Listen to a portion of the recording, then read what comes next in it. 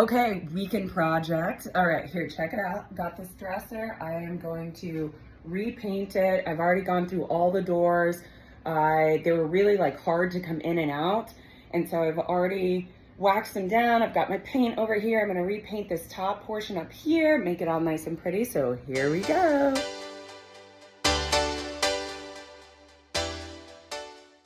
So at first I was like, what was I gonna do with the top area? So I had a little bit of white, and as you'll see right there on the top, I decided to cover it white, but not do the rest of it white. And then I got this idea of just adding a little bit of that kind of grayish color to the top, and it actually, you'll see at the end, it really turned out amazing looking.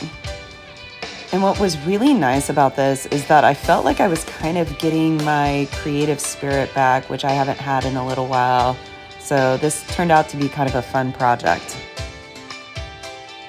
All right, so this was the time when I thought I was gonna do a distressed look. So I started sanding certain areas, and then I looked at it and kept sanding a little bit more. Oh, and then I tried to use some wax, and then that didn't work. So I decided scratch that, and then I went back over it and started repainting everything again.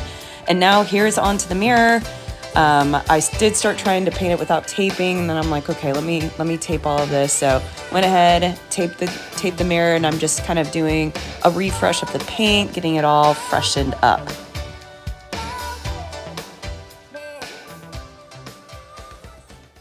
All right, so I have to seal the chalk paint, and I did not have the right chalk paint to do it, or chalk like wax or something. So I'm getting ready to go into Home Depot and pick up some clear satin water-based paint so we can finish out this project. Woo, all right, got it, ready to go, heading back. Probably gonna let it dry a little bit more, and then it's time to paint this on. Almost there.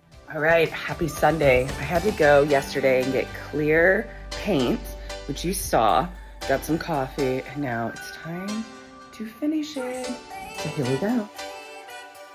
All right, so I started putting clear on the top, and then I soon realized it was gonna be hard to track kind of where I was going. Oh, and right here, if you see, I like unscrewed and then re-screwed the handles, and then I realized, I'm not removing any of these handles. I'm just gonna go ahead and paint around it, and then use a towel to kind of just clean up in the metal area. And you know what? It worked out pretty well. I'm not gonna lie, did pretty good.